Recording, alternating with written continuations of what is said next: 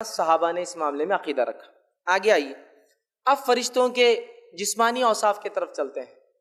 Physical characteristics جو ان کے کتاب اور سنت میں بتائے گئے ہیں، کیسے رہتے ہیں، کیسے دکھتے ہیں، کیا معاملات ہیں، وہ دیکھیں گے۔ پھر اس کے بعد دیگر 4 حصوں میں نے تقسیم کیا اس درس کو۔ 4 چیزوں میں سے پہلا حصہ ہے جسمانی اوصاف، فزیکل کیریکٹرسٹکس فرشتوں کے تعلق سے، جس میں سب سے پہلی چیز تو یہ ان کی پیدائش۔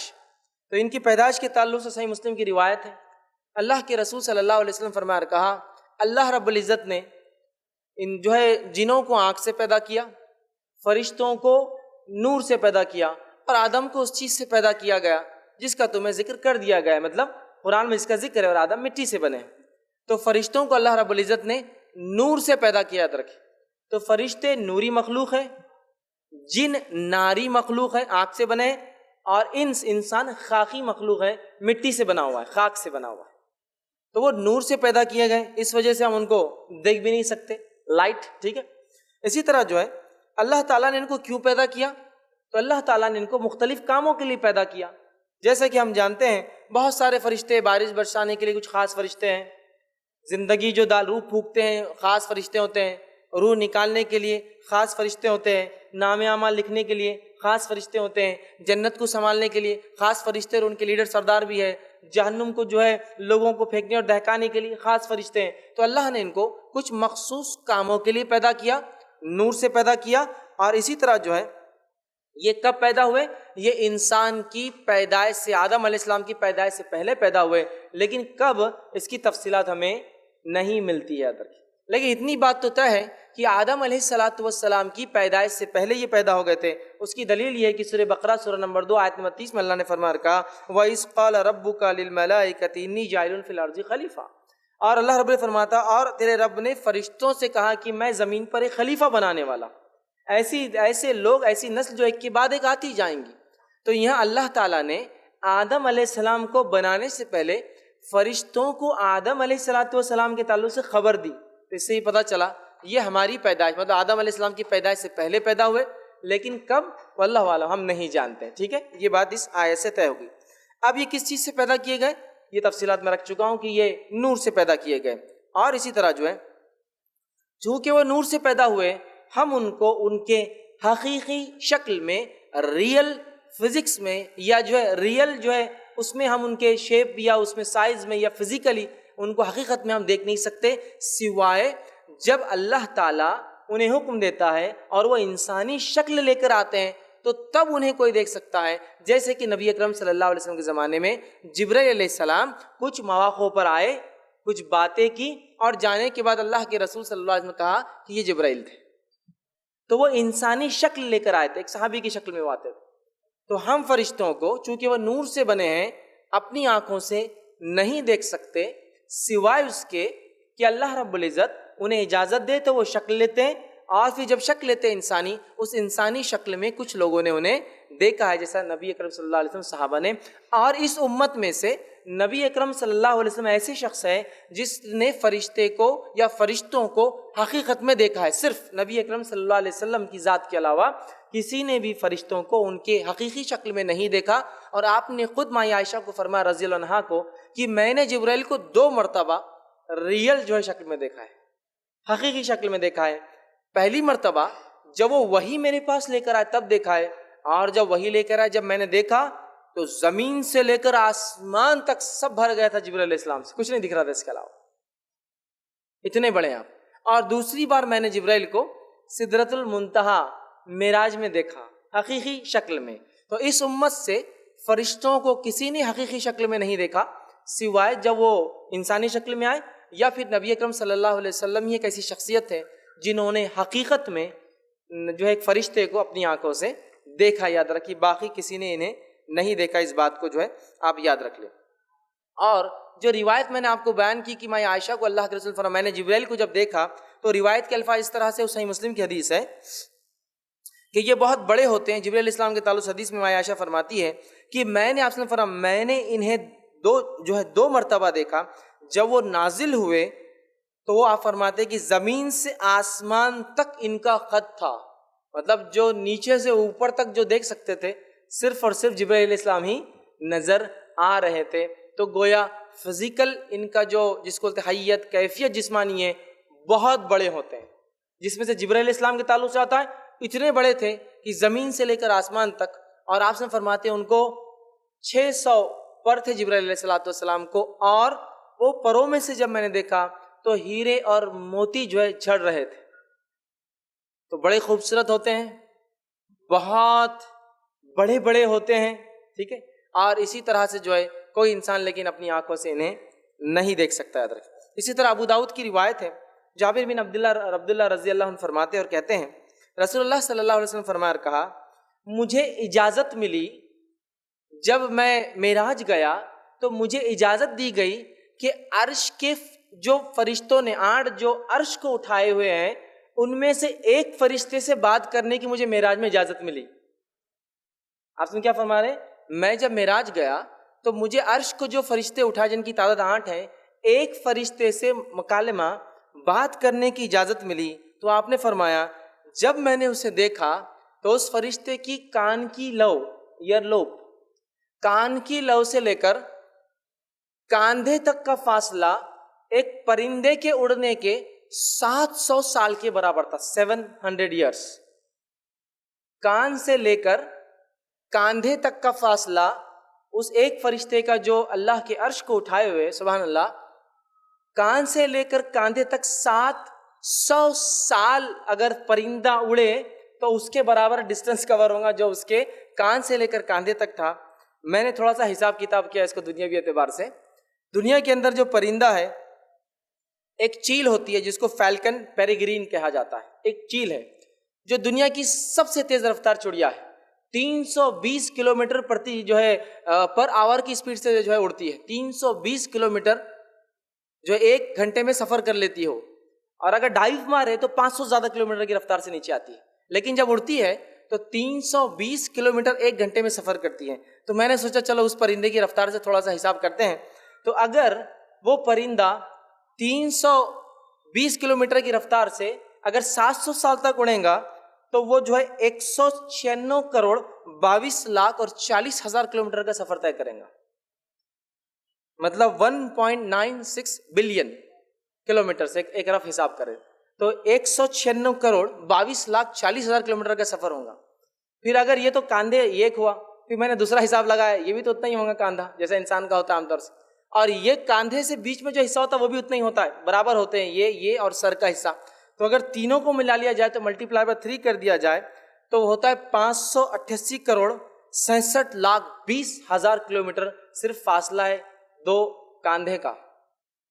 شولڈرز ہیلتھ کلب بہت سے لوگ جاتے ہیں اور ہم سب جانتے ہیں شولڈرز کے مقابلے میں جسم 6 گنا اور بڑا ہوتا ہے، 6 ٹائمز اور ملٹیپلائی ہو جاتا ہے. مطلب جتنا ایک انسان کا شولڈر ہوتا ہے اس کے مقابلے اس کا جسم 6 گنا اور بڑھ جاتا ہے، مطلب ہائٹ زیادہ ہوتی ہے وڈتھ کے مقابلے میں. تو صرف ایک فرشتہ جو عرش کو اٹھایا ہوا ہے، اگر 320 والا حساب اگر درست ہے تو وہ جو ہے 588 کروڑ صرف کلومیٹر کا اس کا صرف کاندھا ہے، جس جو اس کا کتنے بڑے، سبحان اللہ. اور اگر دنیا سے سورج کا اگر موازنہ کیا جائے تو 150 کلومیٹر ہے، صرف 150 کروڑ کلومیٹر، معاف کرنا، سورج یہ اس سے بھی زیادہ ہے اتنا ڈسٹنس. اور دنیا کی سب سے اونچی عمارت 800 میٹر کی ہے، صرف 800 میٹر، 1 کلومیٹر کی بھی نہیں ہے وہ. برج خلیفہ دبئی میں 800 میٹر، ٹھیک ہے. اب اندازہ لگے 800 میٹر کیا ہوتا ہے. یہاں سے سورج کا فاصلہ 150 جو ہے کروڑ کلومیٹر کیا ہوتا ہے، اور صرف ایک کاندھا جو ہے 588 کروڑ جو ہے کلومیٹر صرف چوڑا ہے، اور وہ ایک فرشتے کا صرف کاندھے کا ہی سائز ہے. سبحان اللہ. تو بہت بڑے ہوتے ہیں، ان امیجنیبل سمجھو ان کی ہائٹ ہوتی ہے، مطلب ہم اندازہ نہیں لگا سکتے ان کی کیفیت اور حیت کا، فزیکل سٹرکچر کا. یاد رکھیے. تو پھر آپ سے فرماتے ہیں مجھے ایک فرشتے سے بات کرنے کی اجازت ملی، اور جب میں نے اس سے بات کی تو اس کا یہ فاصلہ صرف کان سے لے کر کاندھے تک 700 سال کی ایک پرندے کی مسافت جو طے کرتا اتنا اس کا فاصلہ تھا. تو اس سے اندازہ بہرحال ہوتا ہے کتنے بڑے بڑے ہوتے ہیں. اسی طرح جو ہے یہ جو ہے پر بھی ہوتے ہیں ان کو. اللہ رب العزت سورہ فاطر سورہ نمبر 35 آیت نمبر 1 میں فرماتا کہتا ہے، اور اس آیت کا ترجمہ اس طرح سے ہے: اس اللہ کے لیے تمام تعریفیں جو ہے سزاوار ہے، لائق اور زیبا ہے، جو آسمان اور زمین کا جو ہے پیدا کرنے والا ہے، اور جس نے 2 3 اور 4 پروں والے فرشتوں کو جو ہے اپنا پیغمبر جو ہے بنانے والا ہے، مخلوق میں سے جو چاہے زیادتی کرتا ہے اور اللہ ہر چیز پر قادر ہے۔ تو یہاں کا اللہ نے فرشتوں کو بنایا، پر ہوتے ہیں 2 3 4 اس سے زائد بھی، اس لیے کہ جبرائیل علیہ الصلوۃ والسلام کے تعلق سے حدیث میں آتا ہے کہ ان کو 600 پر تھے، 600 ونگس یاد رکھیں۔ تو فرشتوں کی فزیکل کیفیت میں یہ بھی ہے، جسمانی کیفیت میں، اوصاف میں ان کو پر ہوتے ہیں، بہت بڑے ہوتے ہیں، نور سے اللہ رب العزت نے ان کو پیدا کیا ہے۔ اسی طرح فرشتے بہت خوبصورت ہوتے ہیں، یہ بہت خوبصورت ہوتے ہیں۔ جیسے کہ میں نے کہا، آپ صلی اللہ علیہ وسلم جبرائیل علیہ السلام کو دیکھا، 600 پر تھے اور پروں میں سے ہیرے اور موتی ان کے جھڑ رہے تھے۔ یہ بہت خوبصورت ہوتے ہیں۔ اس کی دلیل یہ بھی ہے کہ یوسف علیہ الصلوۃ والسلام کا واقعہ یاد کیجئے، جب اس عزیز مصر کی بیوی پر لوگوں نے کہا کہ کیسی عورت ہے، اپنے غلام پہ بری نظر ڈالی، تو اس نے یوسف علیہ الصلوۃ والسلام کو بلایا، ساری دوسری عورتوں کو بٹھا دیا ہاتھ میں چھری دے کر، اور یوسف علیہ السلام سے کہا یوسف گزر جاؤ۔ یوسف علیہ الصلوۃ والسلام جب گزرے تو ان عورتوں نے جو سبزیاں کاٹ رہی تھی کیا کہا؟ اللہ نے اس بات کو قرآن میں دہرایا، اور اللہ فرماتا ہے وَقُلْنَا حَاشَا لِلَّهِ مَا هَٰذَا بَشَرًا إِنْ هَٰذَا إِلَّا مَلَكٌ کریم۔ تو اللہ رب العزت فرماتا ہے ان عورتوں نے جب یوسف علیہ السلام کو دیکھا تو کہا کہ یہ تو کوئی انسان نہیں ہو سکتے، یہ تو جو ہے کوئی بزرگوار فرشتہ ہے۔ تو اس قول سے پتہ چلتا ہے کہ فرشتے خوبصورت ہوتے ہیں، اسی لیے جب یوسف علیہ الصلوۃ والسلام کو ان عورتوں نے دیکھا تو کہا یہ تو کوئی فرشتہ ہے، بزرگوار فرشتہ۔ تو اس سے پتہ چلا وہ بہت خوبصورت ہوتے ہیں، یاد رکھیے۔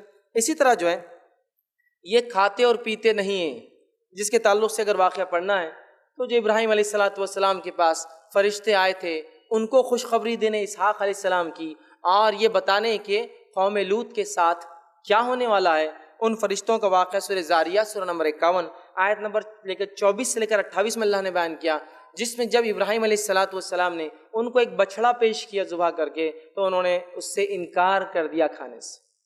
تو اس سے پتہ چلا فرشتے کھاتے اور پیتے نہیں ہیں۔ اسی طرح وہ مذکر اور مؤنث نہیں کہلائے جا سکتے، ان کا جینڈر ہم نہیں کہہ سکتے کہ وہ میل ہے یا فیمیل ہے، چونکہ وہ ایک ایسی دنیا میں ہے جن کے تعلق سے ہم نہیں جانتے۔ ہاں، ہماری دنیا میں تو میل فیمیل جیسی چیزیں ہوتی ہیں، مذکر مؤنث جینڈرز ہوتے ہیں، لیکن ان کے تعلق سے کسی جینڈر کا ہم تصور نہیں کر سکتے، اس لیے کہ کتاب و سنت میں ان کی کوئی جینڈر کی تفصیلات نہیں دی ہے۔